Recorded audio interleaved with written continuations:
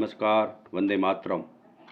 फिर आज एक बार कोई अलग विषय पे चर्चा करें। मित्रों, आपने देखा होगा कि अभी हमारे राजस्थान में और ये यूपी में और अलग अलग कई जगह पे जो ये रेप का कांड हुआ, फिर सोशल मीडिया में जो झगड़ा चला, गाली गलौज चला, ये देख के हमको बहुत दुख हुआ और इसकी वजह से हम ये वीडियो बनाकर पोस्ट कर रहे हैं।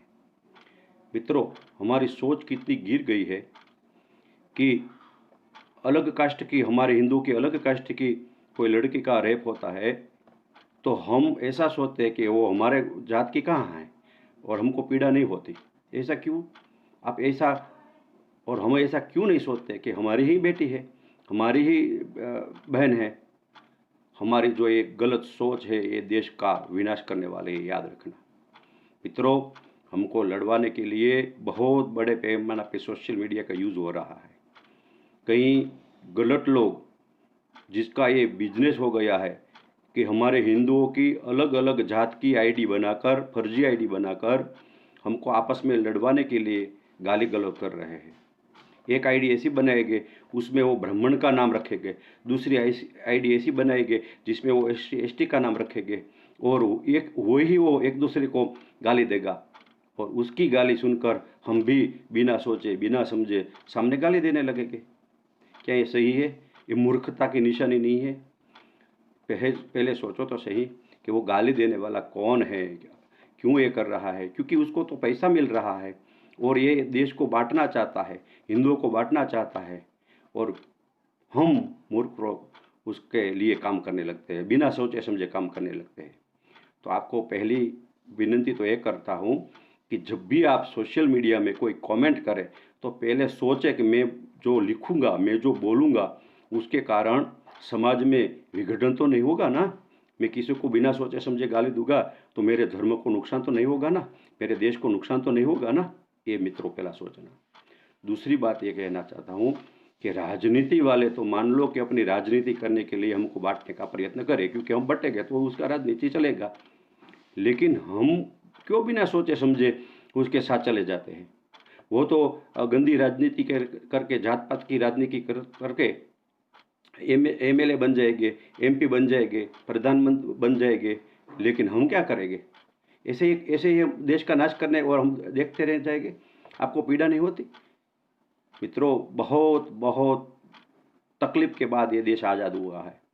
हमारे देश को आज़ाद करवाने के लिए कई हजारों युवाओं ने फांसी के माचड़े पर चढ़ गए हैं।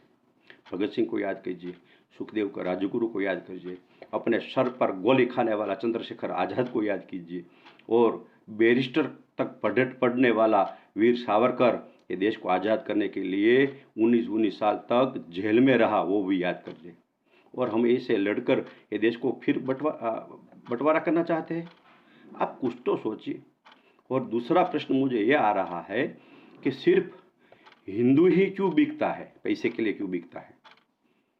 आप देखना, कहीं दूसरी और कोई भी व्यक्ति है आपस में नहीं झगड़ेगा और हम थोड़ा के पैसे के लिए कोई हमको कहेगा कि आप सोशल मीडिया पे ऐसा लिखो तो हम लिखने लगेंगे, क्योंकि हमको पैसा मिलता है। कुछ तो ज़मीर जैसी चीज़ होनी चाहिए ना, कुछ तो होनी चाहिए ना। अपना ज़मीर को ढूंढो और याद करो कि हम शिवाजी क्या वंशज है, महाराणा प्रताप के वंशज है, हम राम और कृष्ण के वंशज है। हम पैसे के लिए इतना क्यों गिर सकते हैं? मित्रों, ये बात बहुत सोचने वाली है, बहुत चिंता करने वाली है। जब भी आप कोई भी को कमेंट करें, सोशल मीडिया पे गाली गलौज करें, उसके पहले थोड़ा सोचना, कहीं ऐसा न बन सके कि आप जिसको गाली दे रहे हैं सही में वो हमारा दुश्मन है, वो हमको लड़वाना चाहता है और बिना सोचे बिना समझे कहीं हमका उसका हाथ का पुतला न बन जाए और अपना देश का नाश न करे। ऐसी आपको विनती करता हूँ और हम सब मिलकर हमारी भारत माता को आगे ले जाना चाहते हैं। लेकिन इसमें जो कोई एक ही बाधा है और वो बाधा का नाम है जातिवाद। और सामने वालों को भी ये मालूम है कि जातिवाद को ही बढ़ावा देंगे तो ही ये देश बढ़ सकता है, वरना बढ़ सकता नहीं है। इसलिए हमको आपस में लड़वा रहे हैं। इसलिए मित्रों, आपसे फिर एक बार हाथ जोड़कर विनती करता हूँ, आप आपस में न लड़े, आपस में न झगड़े, बिना सोचे समझे कोई गलत कमेंट न करे। जिसकी भी लड़की का ये गलत काम होता है, होना ही नहीं चाहिए, लेकिन होता है, तो ये आप हम ऐसा मन में ऐसा फील करें कि हमारी बेटी है, हमारी बहन है, हमारी माता है, ऐसा जब सोचेंगे तब ही हम अपने राष्ट्र को आगे ले जा सकते हैं, वरना नहीं ले जा सकते हैं। वंदे मातरम। भारत माता की जय।